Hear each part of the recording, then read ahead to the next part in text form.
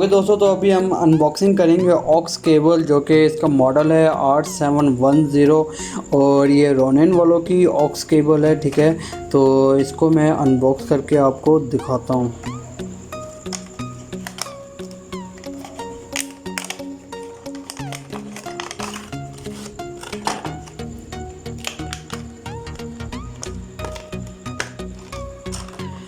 Okay दोस्तों, तो ये हमें मिल रही है स्प्रिंग वायर में। ठीक है, जो टेलीफोन वायर की टाइप होती है वैसे सी मिल रही है, लेकिन ये है कि काफ़ी अच्छी क्वालिटी की मिल रही है ऑक्स केबल। और ये बेसिकली ज़्यादातर कार्स में यूज़ होती है, तो इसको यूज़ करने में इजी होता है, क्योंकि ये जो वायर होती है स्प्रिंग में, ये काफ़ी देर तक चलती है, मतलब कि ज़्यादा जल्दी ख़राब नहीं होती है।